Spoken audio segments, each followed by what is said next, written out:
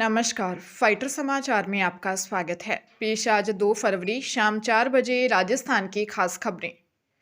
राजस्थान में पश्चिमी विक्षोभ की सक्रियता के चलते कोटा और हाड़ौती अंचल में आज सोमवार को भी मौसम का मिजाज बिगड़ा नजर आया।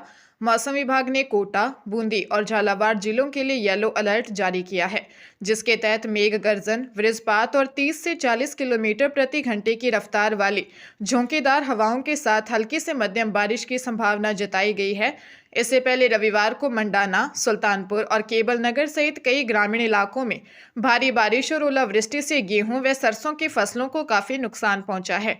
आज कोटा में अधिकतम तापमान 25.6 डिग्री और न्यूनतम तापमान 15.4 डिग्री सेल्सियस रहने की उम्मीद है, जबकि कल मंगलवार को घने कोहरे की चेतावनी दी गई है।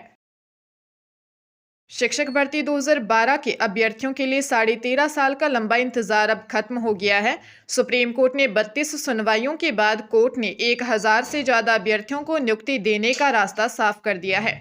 यह विवाद तब शुरू हुआ था जब आरक्षित वर्गों में छूट मिलने के बावजूद अधिक अंक प्राप्त करने वाले अभ्यर्थियों को नौकरी नहीं दी गई थी। भर्ती प्रक्रिया 2012 में 41,000 पदों के लिए शुरू हुई थी, लेकिन सरकार द्वारा प्रक्रिया बंद करने और मामला कानूनी पेचीदगियों में फंसने से यह नियुक्तियां अटकी हुई थी। साल 2020 में हाईकोर्ट ने रिक्त पदों पर नियुक्ति के आदेश दिए थे, जिसके खिलाफ सरकार सुप्रीम कोर्ट चली गई थी। अब सर्वोच्च अदालत के फैसले के बाद उन अभ्यर्थियों को राहत मिली है जो 1 दशक से ज्यादा समय से अपने हक की लड़ाई लड़ रहे थे। मुंबई के जुहू में फिल्म निर्देशक रोहित शेट्टी के घर पर फायरिंग हुई। बाइक सवार हमलावरों ने शेट्टी टावर पर करीब 5 राउंड गोलियां चलाई, जिनमें से एक जिम के शीशे पर लगी। पुणे पुलिस ने इस मामले में त्वरित कार्रवाई करते हुए 4 संदिग्धों को हिरासत में लिया है। सोशल मीडिया पर लॉरेंस बिश्नोई गैंग के शुभम लॉन्कर और आरजू बिश्नोई ने इस हमले की जिम्मेदारी ली है। पोस्ट में से महज एक ट्रेलर बताते हुए चेतावनी दी गई है कि अगली बार गोली सीधे बेडरूम में छाती पर मारी जाएगी। गैंग ने बॉलीवुड के उनके काम में दखल न देने की धमकी देते हुए बाबा सिद्दीकी जैसा हाल करने की बात कही है। फिलहाल रोहित शेट्टी के आवास पर भारी सुरक्षा बल तैनात है और क्राइम ब्रांच मामले की जांच कर रही है।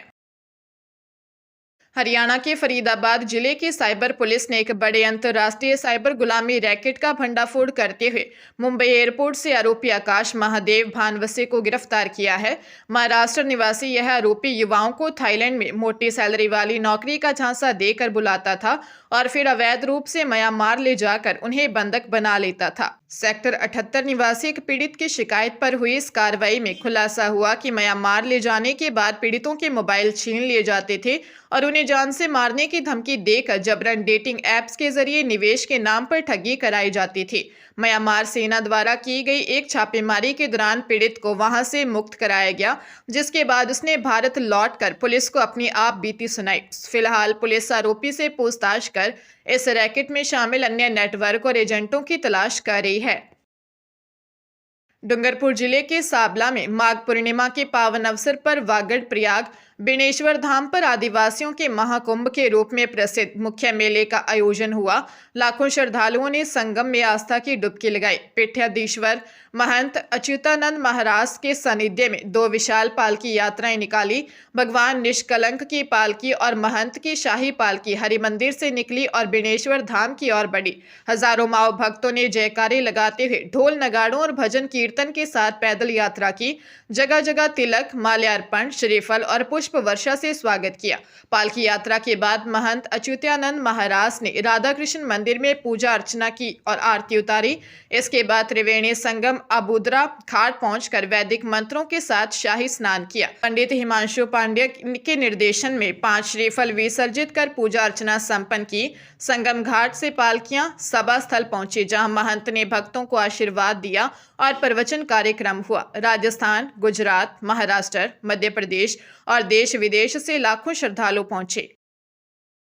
श्रीगंगानगर की साइबर पुलिस ने अनूपगढ़ क्षेत्र के लोगों के नाम पर फर्जी मोबाइल सिम जारी कर कंबोडिया की साइबर गैंग को बेचने के मामले में तीसरे आरोपी आकाशदीप रामदासिया को गिरफ्तार किया है। आरोपी ने अपने साथियों के साथ मिलकर बांडा गांव में फ्री सिम वितरण का शिविर लगाया और ग्रामीणों की आईडी और फोटो का गलत इस्तेमाल कर एयरटेल की 12 अतिरिक्त सिम जारी कर ली।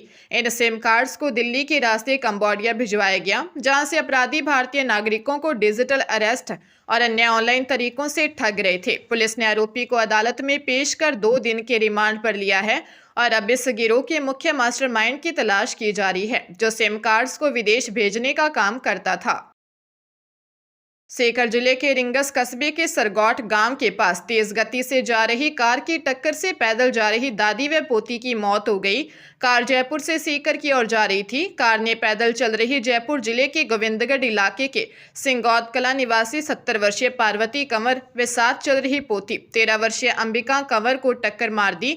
दोनों को अस्पताल पहुंचाया, जहां चिकित्सकों ने दोनों को मृत घोषित कर दिया। परिजनों के अस्पताल पहुंचने के बाद दोनों का पोस्टमार्टम करवाकर शव उन्हें सौंप दिए। हादसे के बाद चालक कार सहित फरार हो गया।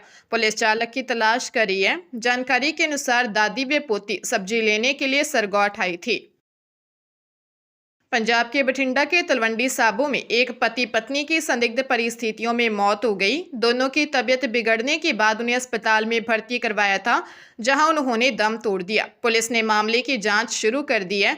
जानकारी के अनुसार तलवंडी साबो कस्बे के मेहर मियां समुदाय से जुड़े 31 वर्षीय रमनदीप सिंह और उनकी पत्नी मनजोत कौर की देर रात अचानक तबीयत बिगड़ गई। उन्हें उल्टियां होने लगी। दोनों को तुरंत शहीद बाबा दीप सिंह अस्पताल ले गए। अस्पताल पहुंचने पर डॉक्टरों ने मनजोत कौर को मृत घोषित कर दिया। वहीं रमनदीप सिंह ने भी इलाज के दौरान दम तोड़ दिया। बताया गया है कि दोनों की शादी करीब 11 महीने पहले हुई थी।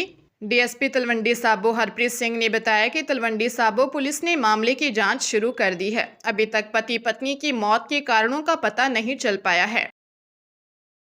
कोटा जिले के आरकेपुरम स्थित बाल संप्रेषण गृह की सुरक्षा में सेंध लगाकर 9 बाल अपचारी फरार हो गए। सुरक्षा गार्ड की लापरवाही का फायदा उठाते हुए इन नाबालिगों ने पहले अंदर के दरवाजे की चाबियां हासिल की और फिर छत की लोहे की जाली काटकर कपड़ों की मदद से बाहर निकल गए। फरार हुए नाबालिगों में पोक्सो और लूट जैसे गंभीर मामलों के आरोपी शामिल हैं, जिनमें से 2 लड़के पिछले महीने भी इसी सुधार गृह से भाग चुके थे। घटना के बाद प्रशासन में हड़कंप मच गया है और आरकेपुरम थाना पुलिस ने शहर भर में नाकाबंदी कर उनकी तलाश शुरू कर दी है। फिलहाल किसी भी बाल अपचारी का पता नहीं चल पाया है। जैसलमेर की आईजीएनपी कॉलोनी में एक सहायक अभियंता के घर हुई चोरी ने सबको हैरान कर दिया, क्योंकि चोर ने वारदात के बाद दीवार पर लिपस्टिक से अजीबोगरीब संदेश लिखा। चोर ने घर से रवाना होने से पहले लिखा कि घर में दारू रखोगे तो साथ में आलू के चिप्स जरूर रखना, ढूंढते रह जाओगे लेकिन बिहारी बाबू न कभी मिला न कभी मिलेगा। देख, मैं तो कोई भी दस्तावेज नहीं ले जा रहा हूँ, वरना तू एक काम करेगा क्या? अगर पुलिस में तुमने शिकायत की तो समझ लेना तू मेरा बहुत बड़ा दुश्मन होगा, नहीं तो मैं तुम्हें भूल जाऊंगा तो मुझे भूल जाना। पीड़ित इंजीनियर सोहन जांगिड़ के घर से लैपटॉप, टीवी, महंगे कपड़े और परफ्यूम चोरी हुए हैं और फिलहाल जैसलमेर कोतवाली थाना पुलिस इस अनोखे चोर की तलाश में जुटी है। अजमेर जिले के पुष्कर में नए बाईपास मार्ग स्थित कड़ैल तिलोरा चौराहे के पास ट्रेलर पिकअप जीप में भिड़ंत हो गई। ट्रेलर पिकअप को करीब 50 मीटर तक घसीटता ले गया और सड़क किनारे पलट गया। हादसे में ट्रेलर चालक की मौत हो गई। उसकी पहचान जोधपुर जिले के ग्राम बागेरिया निवासी गणपत सिंह के रूप में हुई। पिकअप चालक दौसा जिले के ग्राम महूखेड़ा निवासी 55 वर्षीय जय सिंह की भी मौत हो गई। एएसआई छितरमल वैष्णव ने बताया कि हादसे के दौरान दोनों वाहनों में केवल चालक ही मौजूद थे। दोनों वाहन चालकों के शव को निकालने में पुलिस को खासी मशक्कत करनी पड़ी। पिकअप जयपुर से नागौर तथा ट्रेलर नागौर से जयपुर की ओर जा रहा था।